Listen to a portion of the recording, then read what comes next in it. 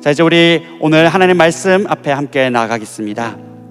오늘 우리 함께 볼 말씀은 신약성경 요한 1서 4장 7절부터 11절까지의 말씀입니다. 요한 1서 4장 7절부터 11절까지의 말씀. 원래는 21절까지의 말씀인데요, 4장 7절부터 11절까지만 우리 함께 읽도록 하겠습니다. 제가 먼저 읽겠습니다. 요한일서 4장 7절 말씀입니다. 사랑하는 자들아, 우리가 서로 사랑하자. 사랑은 하나님께 속한 것이니 사랑하는 자마다 하나님으로부터 나서 하나님을 알고 하지 아니하는 자는 하나님을 알지 못하나니 이는 하나님은 사랑이심이라. 하나님의 사랑이 우리에게 이렇게 나타난 바 되었으니 하나님이 자기의 독생자를 세상에 보내심은 그로 말미암아 우리를 살리려 하심이라. 사랑은 여기 있으니 우리가 하나님을 사랑한 것이 아니요 하나님이 우리를 사랑하사 우리 죄를 속하기 위하여 화목제물로 그 아들을 보내셨음이라. 11절 함께 했습니다. 시작.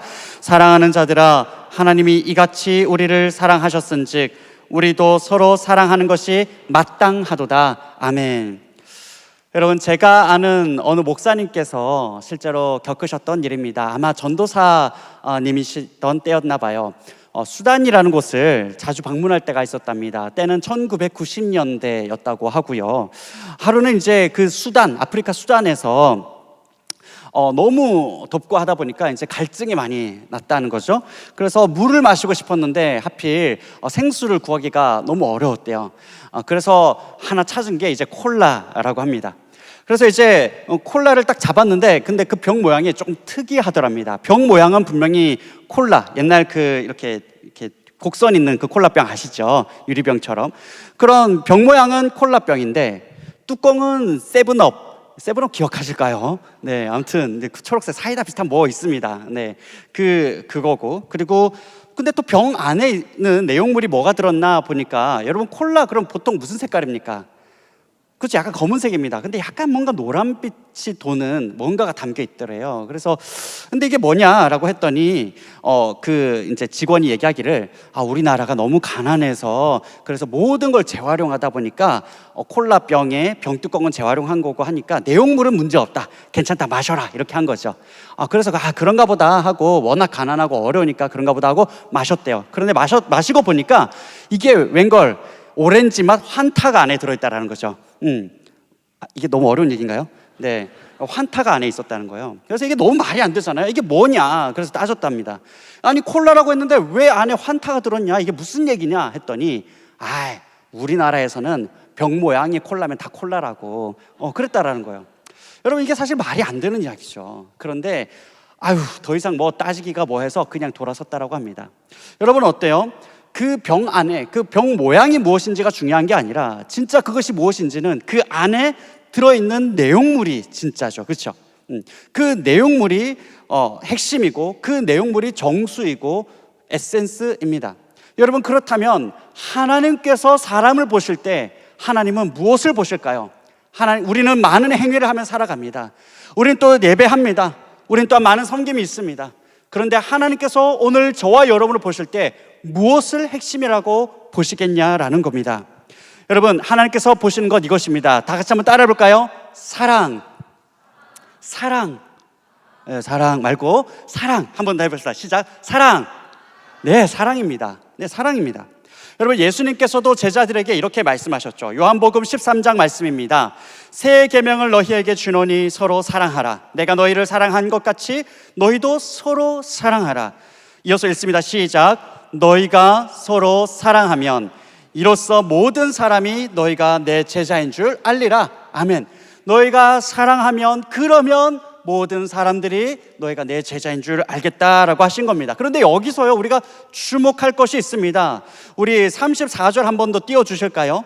여러분, 예수님께서 말씀하시기를 너희가 서로 사랑하라 하셨는데 기준이 있습니다. 누구처럼 사랑하라고요? 내가 너희를 사랑한 것 같이입니다. 예수님의 사랑이 하나님께서 저와 여러분을 어떻게 사랑하셨는가, 바로 그 하나님께서 저와 여러분을 사랑하심 같이, 바로 그것이 사랑의 수준이라는 것입니다. 여러분, 성경이 말하는 사랑은 우리 마음에, 우리 기분에, 우리 감정에 내키는 대로 하는 사랑이 아니라는 거죠. 우리가 나타내 보여야 할 그 사랑의 수준이 있습니다. 그래서 오늘 함께 읽은 요한일서 4장 11절 말씀도 이와 같이 말하고 있는 겁니다. 사랑하는 자들아, 함께 읽어보겠습니다. 하나님이 시작.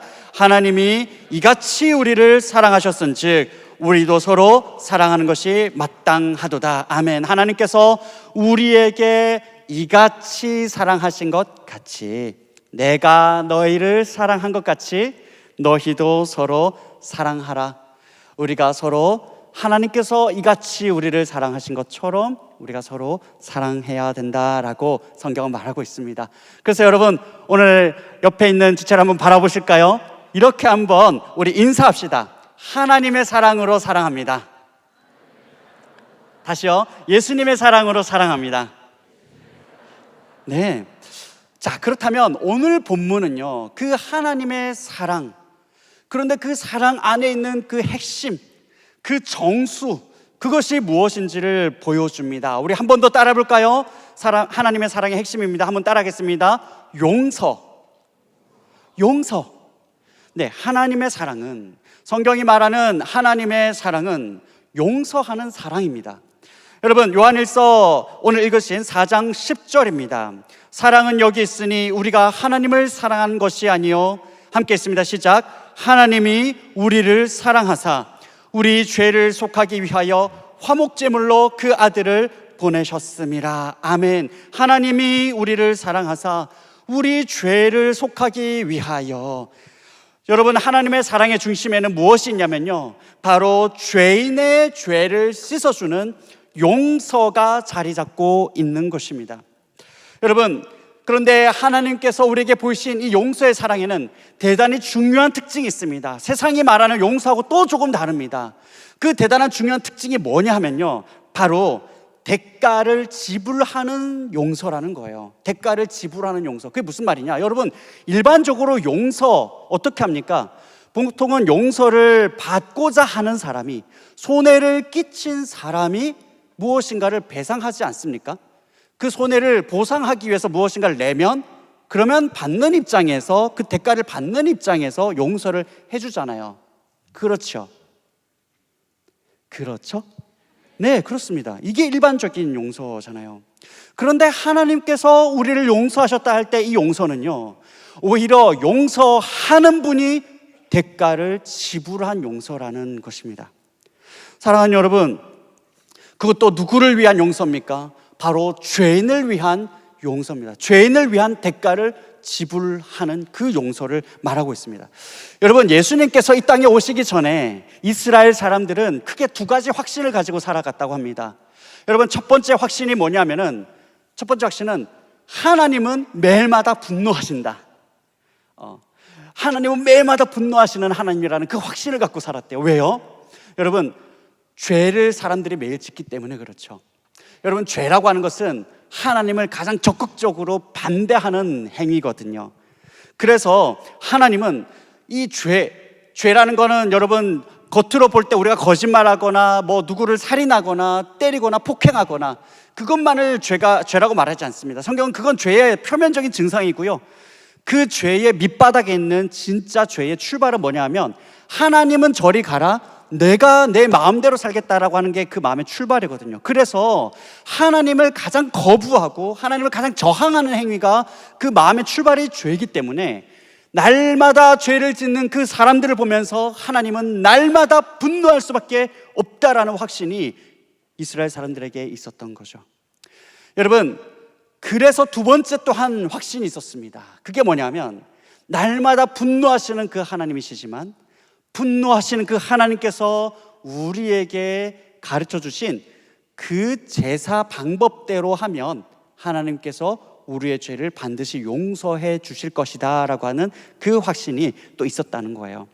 여러분, 어떻게 했냐면요, 하나님께서 알려주신 방식은 요약하면 이렇습니다. 죄를 지은 사람이 그 죄값에 따라서 또 그의 어떤 가정 환경이나 여러 가지 상황에 따라서 일단은 송아지가 되었건 염소가 되었건 또 데리고 옵니다.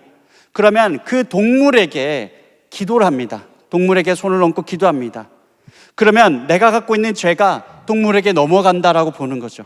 그리고 살아있는 그 동물을 그 자리에서 죽입니다. 죽이고 그것을 끝나지 않습니다. 그 동물을 배를 가르고 내장을 다 덜어내고 그리고 모든 마디마디를 다 관절을 다 직접 다 이렇게 쪼갭니다. 쪼개어서 그리고 번제로 올려드리는 거죠. 여러분, 그리고 또 내장을 씻어서 또 태워드립니다. 그러면서 또 흘러내리는 그 피가 낭자하겠죠. 여러분, 그 피가 낭자한 그 상황 가운데 그 피를 모아서 피를 이제 제단에 뿌리면서 이제 죄가 속해지는 그런 의식을 치르는 과정을 통해서 하나님이 나의 죄를 씻어주신다라고 하는 그 확신을 가졌다라는 거예요. 여러분은 어떠세요? 여러분, 동물을 잡아서 죽이고 배를 가르고 자르고 하는 이 모든 상황들을, 피를 담고 피를 뿌리는 상황들, 보기만 해도 너무 향기롭고 아름답나요? 아니죠. 여러분, 얼마나 많은 울부짖음과 냄새와 끈적끈적함과 처참한 환경을 보는 거예요. 그 환경을 보면서 그렇지, 원래 죄를 지은 내가 저렇게 죽어야 하는데, 그런데 하나님께서 이 동물을 대신해서 동물을 통해서 내 죄를 씻어주신다. 죄는 이렇게 추악한 것이구나 라는 것을 경험하게 되는 거죠. 근데 여기서 문제가 있습니다. 그게 뭐냐면 이 방법에 문제가 있는 게 아니고요, 사람에게 문제가 있습니다. 두 가지 문제인데요. 결국 요약하면 사람에게 이 죄가 끝이 없다라는 거예요. 그렇게 제사를 드리고 죄를 용서함을 받고 난 그 직후에 돌아서면서 뭐 하냐면 또 죄를 짓는 거죠. 사람은 죄로부터 끊어질 수가 없는 거예요. 여러분, 죄를 또 짓게 되는 나를 보면서 어떻게 됩니까? 죄의 무서움은요, 계속해서 죄에 대해서 무감각해집니다. 이게 진짜 무서운 거죠. 차라리 여러분, 배가 고프면 어때요? 배가 고프면 너무 배고프다가 조금 지나면 어떻게 됩니까? 그치, 요즘은 계속 배고픕니다. 그죠? 네. 배고파요. 네. 그래서 우리가 죽지 않죠. 배고픈데 좀 잊은 듯 해도 그래도 뭔가 냄새가 나고 하면 바로 배가 고픕니다. 그런데 죄는 문제가 뭐냐면 죄는 짓고 지을수록 무감각해지는 겁니다. 그래서 죄를 끌어낼 수가 없는 거죠. 또 반대로 나는 절대로 죄 짓지 않아야지. 어제 5개 지었으면 오늘 3개, 오늘 3개 지었으면 나는 오늘 1개. 난 절대 짓지 않아야지. 죄를 짓지 않기 위해서 노력하면 노력할수록 무엇을 발견하게 되는지 아세요? 죄가 더 잘 보입니다. 죄가 더 잘 보여요. 여러분, 방청소 해보셨잖아요. 그죠? 여러분, 방청소 어때요? 어질러 놓으면 계속 어질러질수록 그냥 조금 더 더럽냐 덜 더럽냐 그 차이입니다. 그죠? 머리카락이 조금 더 많냐 덜 돌아다니냐 그 차이입니다. 그렇지 않아요? 그런데 그날따라 찍찍이 다 하고 나서, 그러고 나서 친구가 다녀갔거나 하고 나면 뭐가 보입니까? 머리카락 꼬인 게 보이죠. 청소하면 더 보입니다. 내가 얼마나 죄인인지가 더 보이는 거죠. 여러분, 그러한 상황에서 어떻게 합니까? 결국 내가 죄를 더 짓든 죄를 짓지 않고자 하건 어느 쪽이든 내가 죄인이라고 하는 것이 더 분명해지는 그런 아이러니한 상황이 증명되는 거예요. 여러분, 이렇게 사람이 죄를 짓기 때문에 죄인이 아니라 죄인으로 태어났기 때문에 죄를 짓고 사는 이 죄인을 위해서 하나님께서는 날마다 분노하시지만 그 하나님께서 바로 저와 여러분을 위해서 세상을 만드신 그 하나님께서, 창조하신 그 하나님께서 친히 사람의 육신을 입고 이 땅에 오셔서 핏값을 치르는 그런 어마어마한 비용을 하나님께서 대신 치르셨다라고 성경은 말합니다. 사랑하는 여러분, 저와 여러분은 이 어마어마한 핏값의 용서를 받으신 줄 믿습니다. 아멘. 이 어마어마한 핏값의 용서가 저와 여러분에게 있는 줄 믿습니다. 아멘. 아멘. 여러분, 그래서 우리 앞뒤 좌우 이렇게 한번 격려합시다. 이렇게 한번 고백합시다. 예수님의 핏값으로 저를 용서해 주셨습니다. 한번 서로 고백하시죠. 예수님의 핏값으로 저를 용서해 주셨습니다. 네, 아멘. 여러분, 그래서 오늘 첫 번째로 기억할 거예요. 하나님의 사랑은 용서하시는 사랑입니다. 용서하는 사랑입니다. 그래서요, 여러분, 두 번째로 하나님께서 말씀하시는 이 사랑을 실천할 수 있으려면 바로 하나님께서 나를 이와 같은 어마어마한 비용으로 나를 용서해 주신 것이 맞다라고 믿어야 용서할 수 있는 겁니다. 이것을 믿는 사람만이 그 하나님께서 말씀하시는 그 사랑을 실천할 수 있는 겁니다. 오늘 요한복음 4장 16절에서 이렇게 증언하고 있습니다. 하나님이 우리를 사랑하시는 사랑을 우리가 알고 믿었노니, 이렇게 말하고 있습니다. 요한일서 4장 16절, 하나님이 우리를 사랑하시는 사랑을 우리가 알고 믿었노니. 하나님께서 나를 위해서 핏값을 치르셨다. 나는 예수님, 나는 다른 사람이 아니라 바로 내가 예수님의 핏값으로 용서받은 사람이다. 여러분, 이것을 실제로 믿기 때문에 그래서 우리도 이 용서하는 사랑으로 서로 사랑해야 마땅하다라고 오늘 본문은 이야기하고 있는 겁니다. 마땅하다라는 거예요. 여러분, 그래서요, 성경이 말하는 이 용서하는 사랑은 바로 믿음의 고백이기도 합니다. 여러분, 사랑은 하나님의 사랑을 믿는 사람이 하나님의 사랑을 실천할 수 있습니다. 따라서요, 여러분, 사랑은 의외로 감정이 아니라 믿음입니다. 사랑은 믿음입니다. 용서하는 그 사랑의 실천은 믿음의 고백입니다. 여러분, 실제로 어떻습니까? 당장 저와 여러분의 신앙생활을 보아도, 여러분, 우리가 내가 핏값으로 용서받은 사람이지, 그렇지, 내가 저 핏값으로 내가 용서받지 못할 내가 용서받았지, 여러분, 이 마음이 흐려지고 옅어질수록 우리는 어때요? 우린 참 용서하기 너무 어렵지 않으세요? 여러분, 예수님이 정말로 성육신을 하셔서 정말로 이 땅 가운데 오셔서 정말로 그 송아지처럼, 그 염소처럼 정말 찢어서 정말 죽으셨다라고 하는 것이 그냥 추상적으로 생각되는 그런 사람일수록 어때요? 나한테 가까운 사람이건 나랑 좀 거리가 먼 사람이건 누구를 대하던 그 사람은 적당히 대합니다. 그렇지 않아요? 나한테 조금 잘못한 게 있다라면, 그러면 나한테 이 사람이 얼마나 하는지 보자, 일단 거리를 두면서, 그리고 최대한 서로 피해주지 않는 선에서, 그러면서 내가 윤리적이고 도덕적인 차원에서, 그런 차원에서 내가 흠잡힐 것 없는 정도 안에서 친절하게, 그래서 상식적인 수준 안에서 사람을 대하게 됩니다. 여러분, 그러면서 정말로 나한테 잘못한 사람이 있으면 어떻게 해요? 적어도 내가 이 사람이 나한테 지금 용서받을 만한 거리가 뭘 얼마나 하는지 나한테 하는 거 봐서 좀 알겠는데 뭐 좀 지도 좀 미안한 게 좀 있나 보지? 그래도 이 정도는 안 되지, 좀 더 해봐, 이 정도는 안 돼. 용서할 만한 구석이 보여야 그제야 선심 쓰듯이 하는 용서. 여러분, 그런 모습이 저와 여러분 가운데 얼마나 많이 종종 드러나게 되나요? 여러분, 그런데요, 오늘 하나님께서 우리에게 이 하나님의 말씀을 통해서 말씀하시는 그 용서하시는 사랑은 절대로 선행을 베푸는 정도의 그런 용서가 아닙니다. 그렇죠? 바로 나에게 죄 지은 사람을 내가 핏값을 받은 사람이기 때문에 내가 받은 핏값을 생각하면서 내가 나에게 죄 지은 그를 용서하는 사랑, 그 사랑을 하나님께서는 우리에게 명령하시는 것입니다.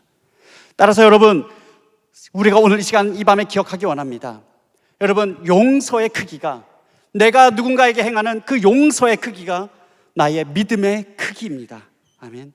나의 용서의 크기가 나의 믿음의 크기입니다. 그래서 이 시간 한 번 더 격려합시다. 용서의 크기가, 따라합시다. 용서의 크기가 믿음의 크기입니다. 한 번 더요. 용서의 크기가 믿음의 크기입니다. 아멘. 여러분, 사랑하는 여러분, 하나님께서는요, 그래서 우리로 하여금 말씀하십니다. 하나님이 우리에게 이같이 사랑하신 것 같이 우리 또한 대가를 지불하고 손해를 감수하는 그 사랑으로, 그 용서하는 사랑으로 서로 사랑하라라고 말합니다. 여러분, 용서하는 그 대가, 용서하는 사람이 베푸는 대가가 어디 뭐 돈만이겠습니까? 물질만이겠습니까? 모든 것이 포함되죠. 특별히 감정도 포함되겠죠. 그러지 않아요? 여러분, 특별히 이제 주변에서 보면 남녀 간에 뭐 일어나는 일들이라든지 혹은 뭐 친구 사이 혹은 직장 동료 사이에서 이런 경우 좀 본 적 있지 않아요? 야, 나 진짜 너무 실망했어. 야, 나 진짜 실망했다. 야, 나 진짜 화났으니까 나 건드리지 마. 내 감정이 가라앉을 때까지 나 절대 연락하지 마. 나 당분간 너랑 연락 안 할 거야. 나 너랑 더 이상 대화 안 할 거야. 그래서 나타나지도 않고 연락 받지도 않고 아예 그냥 관계를 끊어버리는. 그래서 나 너 용서 언젠간 하겠지. 그런데 시간은 좀 걸릴 거야. 근데 나도 그게 언젠지 몰라. 그러니까 좀 기다리긴 꽤 기다려야 될 거야. 아무튼 나 지금 굉장히 분노했으니까 난 당분간 연락 안 될 거야. 여러분 그런 경우 본 적 있지 않으세요? 아마 가족 간에도 그런 경우들을 본 적이 있을 거예요. 여러분, 하지만 여러분 어때요? 이것은 용서하는 사람이 대가를 지불하는 그 하나님의 사랑을 생각해 보면 그 너무나 분노하고 너무나 실망한 마음은 이해되지만, 그러나 분명한 것은 그건 하나님께서 말씀하시는 그 용서의 사랑은 아닙니다. 그것은 하나님의 입장에서 볼 때는 용서의 과정도 아니고 화해의 과정도 아닙니다.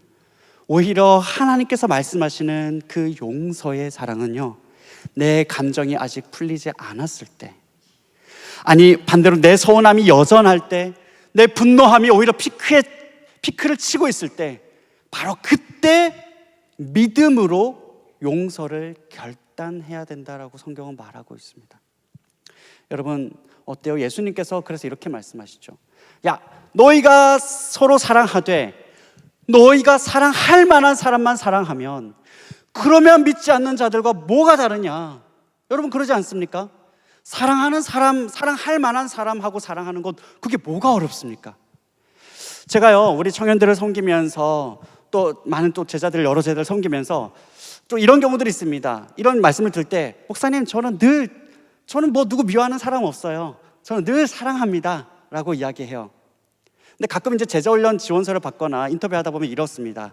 성격의 장단점, 당신의 성격의 장점은 무엇입니까? 저는 많은 사람들과 원만하게 잘 지냅니다. 저는 갈등의 상황도 화평으로 잘 이렇게 합니다. 묵습니다. 그럼 당신의 성격의 단점은 무엇입니까? 약점은 무엇입니까? 저는 호불호가 강합니다. 이게 무슨 말인지, 이게 뭡니까 이게? 여러분 그럼 뭐예요? 이분은 이 친구는 당연히 잘 지낼 수밖에 없죠. 호인 친구들하고 잘 지내고 있겠죠. 여러분, 그러나 예수님께서는 뭐라 그러십니까? 바로 원수를 사랑하라 하시는 그 예수님께서는 원수의 그 창끝이 내 심장을 꿰뚫을 때, 바로 그때 해야 될 것이 용서다라는 것을 주님은 말씀하십니다.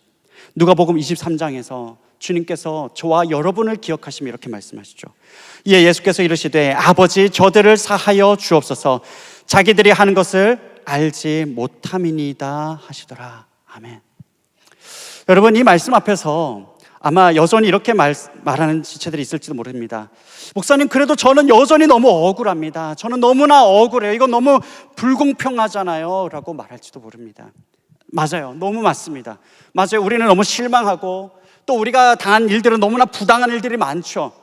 맞습니다. 그래서 용서하는 사람이 대가를 지불하는 거, 그래서 용서하는 사람이 이 감정을 애써 덜어내기 위해서 노력해야 되는 거, 너무 불공평한 게 맞습니다. 말이 안 됩니다.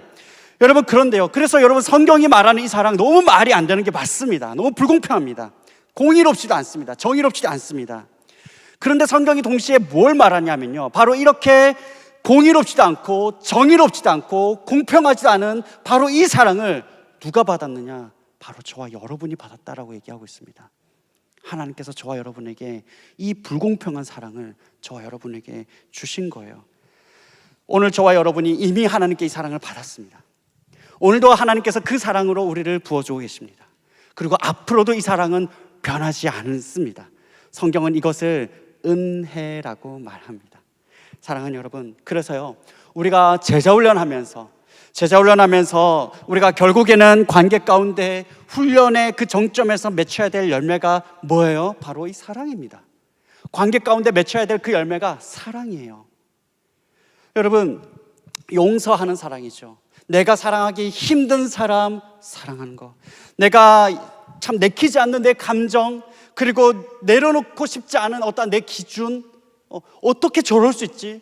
라고 하는 그러한 기준들, 아니 저런 것도 하나님이 구원해 주셨나 하는 그러한 마음의 그런 기준들, 그것을 내려놓는 연습, 이런 것들을 얼마나 내려놓기 위해서 또 애쓸 수 있느냐, 여기에 훈련의 씨름함이 있는 거예요.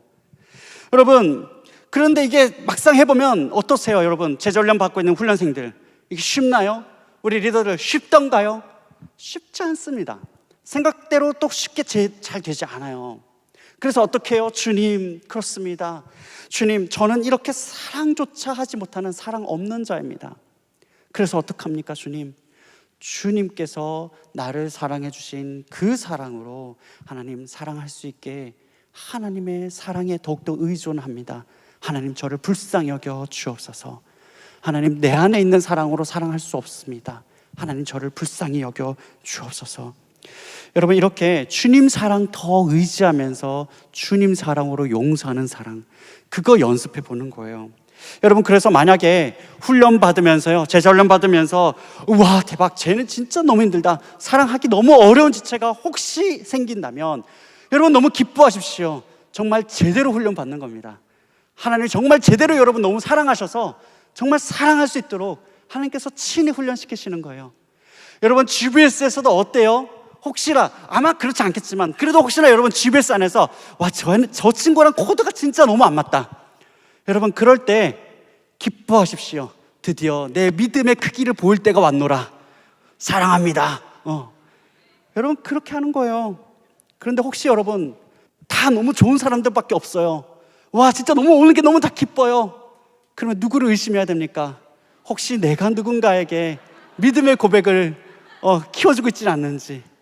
여러분, 사랑하는 여러분, 죄인인 저와 여러분이 우리 하나님께 받은 것은요 절대로 공평도 아닙니다. 우리가 하나님께 받은 것은, 성도가 하나님께 받은 것은 정의도 아닙니다. 우리가 하나님께 받은 것은 용서의 은혜를 받은 줄 믿습니다. 여러분 그래서 C.S. 루이스라고 하는 기독교 변증가가 이렇게 말합니다. 우리 함께 읽어볼까요? 시작. 그리스도인이 된다는 것은 용서할 수 없는 죄를 용서하는 것을 말한다. 하나님이 우리의 용서를 받을 수 없는 죄를 사하셨기 때문이다. 네. 여러분 용서는 이미 저와 여러분이 예수 그리스도를 주로 고백하신다면 그러면 이제 건널 수 없는 강은 이미 건너 있습니다. 여러분 우리는 용서함이 마땅합니다. 여러분 오늘 말씀을 마무리하면서요, 오늘 주신 이 말씀을 기억합시다. 첫 번째로요, 여러분 하나님께서 우리에게 베푸신 사랑은 죄인을 위해서 대가를 지불하는 그러한 용서하는 사랑입니다. 하나님의 사랑은 대가를 지불하는 용서하는 사랑입니다. 그리고 두 번째로요, 용서의 크기는 우리의 그 믿음의 크기를 말해 줍니다. 여러분 혹시 오늘 이 말씀 앞에서 혹시 용서하지 못해서 아직 여전히 내게 하나님 제게 너무나 버겁습니다, 머리로 너무나 알겠고 또 여러 번 시도도 하지만 그러나 여전히 너무나 어렵습니다. 여전히 내 마음에는 많은 분노함이 있습니다. 하나님 어떻게 하면 좋습니까? 여전히 마음에 거리낌으로 남아있는 직장 동료가 있습니까? 여전히 마음에 거리낌으로 남아있는 내 기억 안에 있는 나의 동역자가 있습니까? 여전히 내 마음에 거리낌이 있어서 서로 웃으면서 인사는 할 수 있지만 그러나 서로 개인톡할 수 없는, 서로 하트조차 눌러줄 수 없는 그런 관계가 혹시 있습니까? 오늘 이 시간 저와 여러분에게 용서하시는 사랑으로, 바로 그 사랑으로 강권하시는 하나님의 음성에 귀 기울여 봅시다. 사랑하는 자들아, 하나님이 이같이 우리를 사랑하셨은즉 우리도 서로 사랑하는 것이 마땅하도다. 우리가 사랑함은 그가 먼저 우리를 사랑하셨음이라. 우리가 이 계명을 주께 받았나니 하나님을 사랑하는 자는 또한 그 형제를 사랑할지니라. 사랑하는 여러분, 오늘날 저와 여러분이 살아가고 있고 걸어가는 이 나라는, 또 가정은 참 많은 관계가 깨져 있고 찢겨져 있습니다. 우리는 모든 것이 찢겨지고 있는 그 시대를, 찢김이 관통하는 시대를 우리가 함께 걸어가고 있습니다. 이 시기에 바랍니다. 하나님의 용서의 사랑을 받은 자로서 사랑의 그 정수를 가지고 저와 여러분이, 세상 사람들이 어떻게 하겠습니까? 경험하지 못했는데. 그러면 이 사랑을 할 수 있는 사람 누구밖에 없습니까? 이 사랑을 경험한 저와 여러분밖에 없잖아요. 이 사랑의 정수를 가지고 함께 이 세상을 살려나갑시다. 그렇게 우리가 결단하며 주님 앞에 주님의 사랑에 의지하여 나아갈 때에 신실하신 하나님께서 내 힘으로가 아니라 주께서 나를 살리신 그 사랑으로 우리의 가정을 살리시고 또 우리의 나뉘어진 끈을 다시 한 번 더 있게 하시고 또 이 나라와 민족 가운데 치유하시며 회복하게 하시는 그 은혜 역사를 반드시 베푸실 줄을, 저와 여러분을 통해서, 한국 교회를 통해서 반드시 이 나라 가운데 다시 한 번 더 사랑으로 온 국민을 한 길로 걷게 하실 그 하나님을 우리가 기대합니다. 그와 같이 우리 모두를 사용하실 줄 주님의 이름으로 축복합니다. 아멘. 아멘.